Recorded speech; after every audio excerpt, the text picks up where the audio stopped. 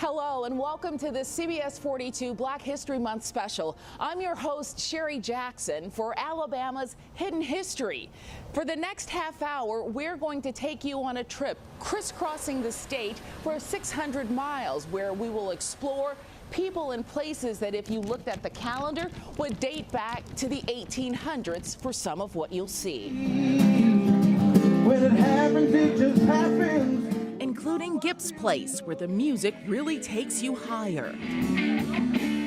And this is no ordinary house.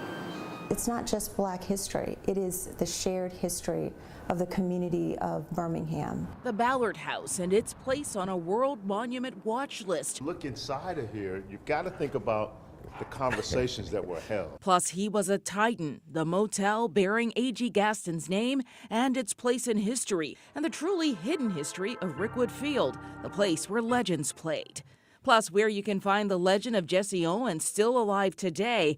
This is Mr. Bishop, and this is my father. And yep, ain't nothing like 'em nowhere, how Dreamland got its name.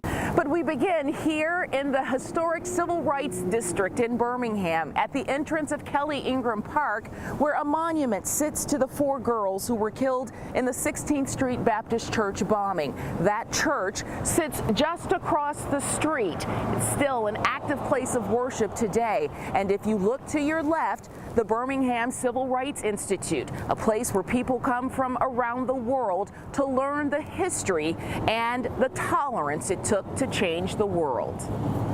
All of this is now part of the National Park Service, but just around the corner from here is the A.G. Gaston Motel, hidden in plain sight. CBS42's Art Franklin has the story of the place and the man who's a national treasure himself. I had my high school football banquets in there, and even after I got to be an adult, occasionally came to the lounge. Birmingham Resource Center Executive Director Bob Dickerson reflecting on days gone by at the A.G. Gaston Motel. Dr. Gaston hired Dickerson to work at his bank, Citizens Federal, in 1984. I wasn't an important part of his life and his business, but he was such a vital part of man. It was a time of deep segregation in the South. When Gaston opened the motel in 1954, it was the only place Black entertainers and Black visitors could stay in Birmingham. This was the place. I mean, you think about history, world history was made here. When you look inside of here, you've got to think about the conversations that were held. Yeah, you got to think about the meetings in there.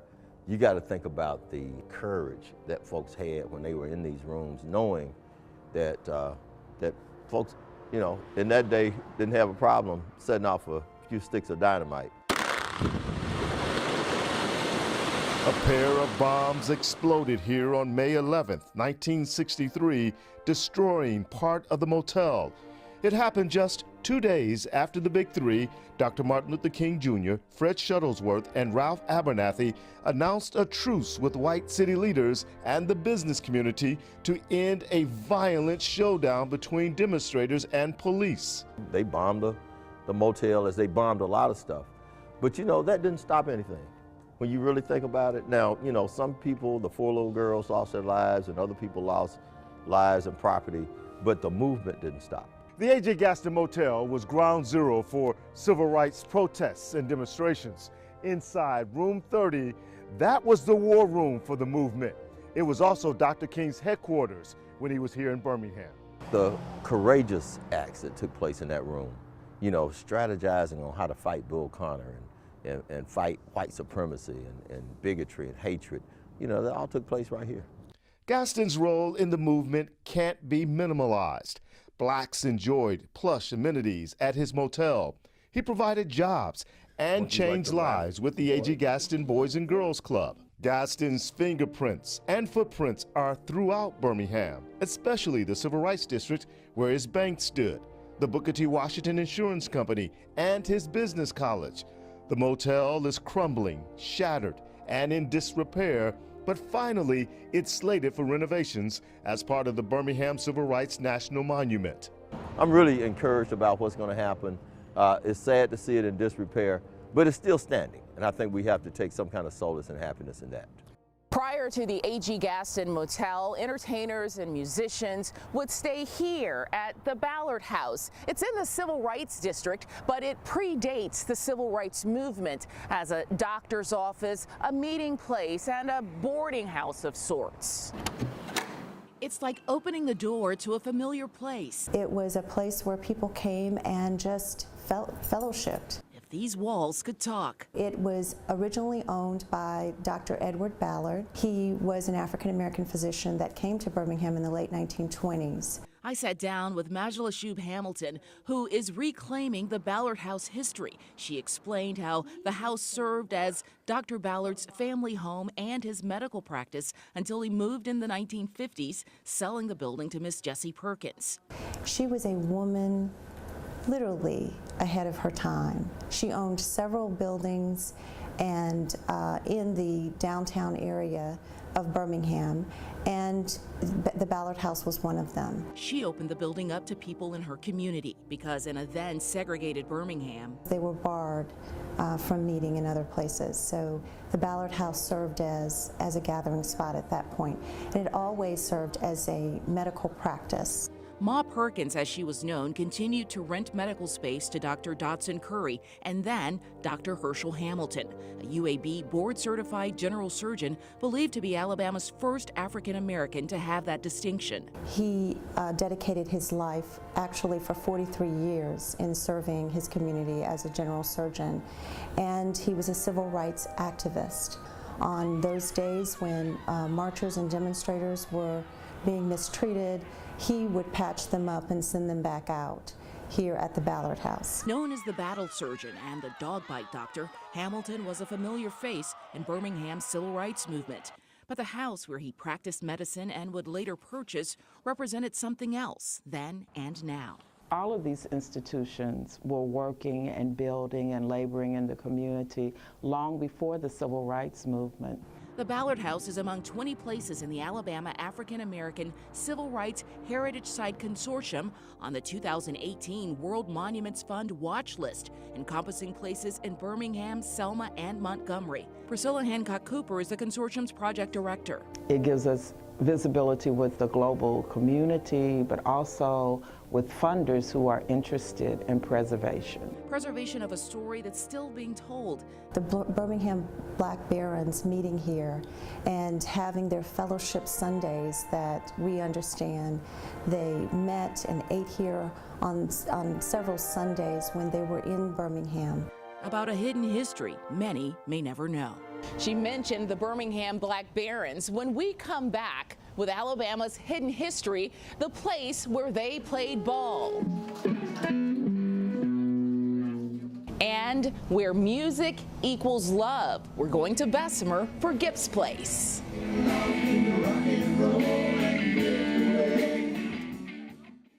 Welcome back to Alabama's Hidden History. When you look across the landscape of the city of Birmingham, there are many landmarks that people know just by seeing them. Places like Rickwood Field, but there are stories on that field that you wouldn't know unless you went inside. Chris Wrinkle takes us on the diamond to the place where the Birmingham Black Barons played ball.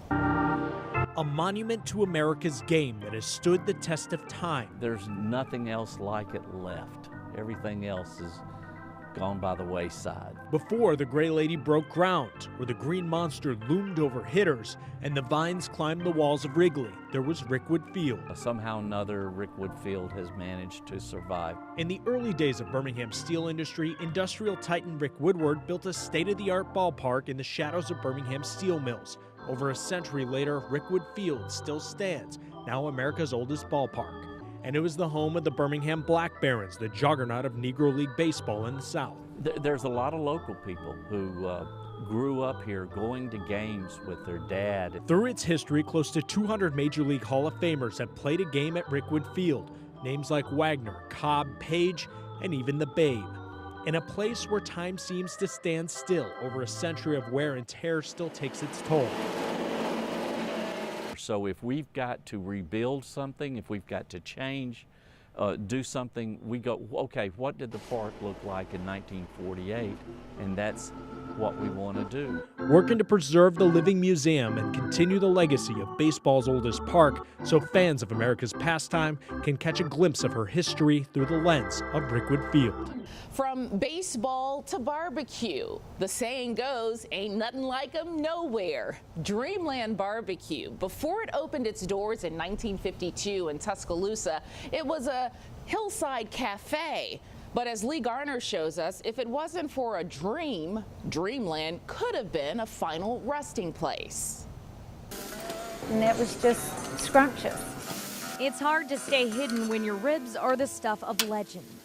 This is Mr. Bishop, and this is my father. But the history behind Dreamland Barbecue is a little more mysterious. Now, I can't tell you all our tricks. Just like some of their recipes. You know, legend has it there's a little moonshine in it. I can neither confirm nor deny. But just like the restaurant's famous motto goes, ain't nothing like 'em nowhere.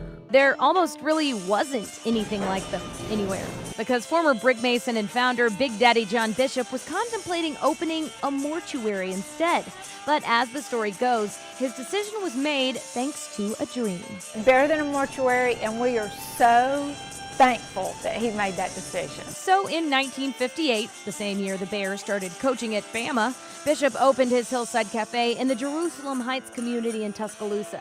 At that time, they served all kinds of things, even sold postage. But at the end of the day, he always ran out of ribs and he had these other items left over. So like a true entrepreneur, he skinnied his menu down to just be ribs. And that was how it all began. In the 1970s, sports announcers would talk up Dreamland and word traveled. McAtee's family helped open a second location on Birmingham's south side in 1993. We had lines at the door on opening day. It far exceeded our expectations. Now, presidents, athletes, actors, and musicians have all downed the iconic slabs. McAtee's favorite? Luciano Pavarotti, an opera singer, came to town. This is many years ago. He has since passed away. But he ordered Dreamland to be delivered to his hotel room. For the celebs so inclined, they sign a slab box for display. We feel like we're a very good ambassador. You know, food is the great equalizer, food and sports sometimes. And if we can just be a part of that and be a part of people's memories, their fun memories, their family memories, their sports memories, that means a lot to us. There's more to come on Alabama's hidden history. Up next, we're going on a road trip to Oakville, Alabama, where a man who beat the Nazis is forever remembered. Then there's music. We're going to Gibbs Place in Bessemer, Alabama, next. In this next story of Alabama's hidden history, the story of an Olympic legend, Jesse Owens. Our Jack Royer traveled to Lawrence County, in the place where Jesse Owens' life began, where he's still remembered today. This property in Oakville, Alabama, played host to the childhood of one of the most famous athletes in the world. The rolling windy hills of Lawrence County made for a difficult early life for Jesse Owens. He was born here. He picked cotton right here where we're standing. This land looks a lot different than it did the last time Jesse Owens saw it himself. Long before the world-famous athlete heard a starter pistol, he spent 9 hard years living on this land in northwest Alabama. Welcome to the Owens family home, where a replica of his childhood home now reminds visitors that adversity never stopped Jesse Owens' will to win. The youngest of 10 children, many of them living together in a house like this, a replica on the family property. They had a hard life here. Nothing come easy for him. But winning would soon come easily for him after his family moved to Ohio, where his unheard-of success at Ohio State University earned him a greater controversial opportunity. By America's black streak, Jesse Owens in the 100-meter. The world's most superb runner makes the others look as if they're walking. In front of the world, Owens embarrassed Nazi Germany to win 4 gold medals at the 1936 Olympics amid the racist tension surrounding the Games in Berlin. The next accomplishment that would shatter expectations and do what Owens would continue doing for the rest of his life: give hope to young people who needed his inspiration. Making life better for others and convincing kids that they could become anything they wanted to be, regardless of the circumstances they came from. Dedicated in 1996, the museum displays the history of Owen's life for all to see, attracting thousands of visitors every year, many not realizing he was born right here in Alabama. You're watching Alabama's Hidden History on CBS 42. Alabama's Hidden History takes us next to Bessemer, Alabama, where Henry Gibson has been inviting people into his home since 1952. It's on Saturdays just to listen to music. CBS 42's Scott McDowell takes us to Gibbs Place. I tell them, once you come down the hill and you see all the lights, it's magic. Even Jesus Christ. Something that comes over you, you can feel the spirit of love when you come down here. That we used to do. You can't explain it. We're in Bessemer, Alabama. Hey, where you from? A juke joint is where people come together and listen to the music. Oh, that's long time. My name's Diane Guyton, and this is Gibbs Place. It's Henry Gibson. Oh, he's got more energy than I got. Thank you, baby. He's 98 and he still goes. I've been booking the bands here for 4 years. How many first-timers do I have? Mr. Gibbs started this place in 1952. He originally was going to do a baseball field for the kids, but he played music and they wanted to play music. So he eventually built what you see now. He's keep adding on, but it used to just be a platform out in his backyard, and it's gone worldwide. What makes it so special? What you make it special? And he'll tell you in a heartbeat. Well, you feel it when you walk in and walk out. You have to be comfortable. That is God giving you the feeling. It is God.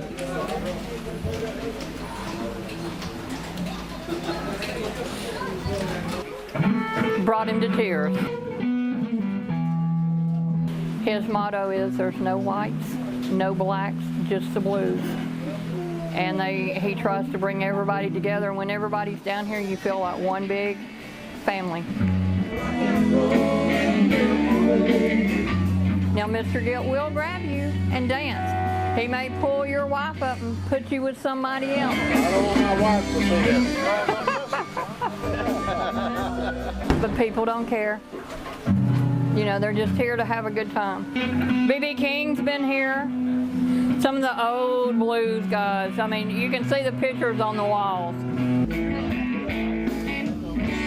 There's just a peace that comes over you. Everybody's one. He don't see color. You got to meet him to know it and to appreciate this place and to love it. Makes my soul happy. Everybody needs to try, because if you come once, you'll come again. To everyone, God bless you. At 98, Gip isn't missing a beat. He invites everyone to join him at his place on Saturdays at 8 p.m. for more live music. You're watching Alabama's Hidden History on CBS 42.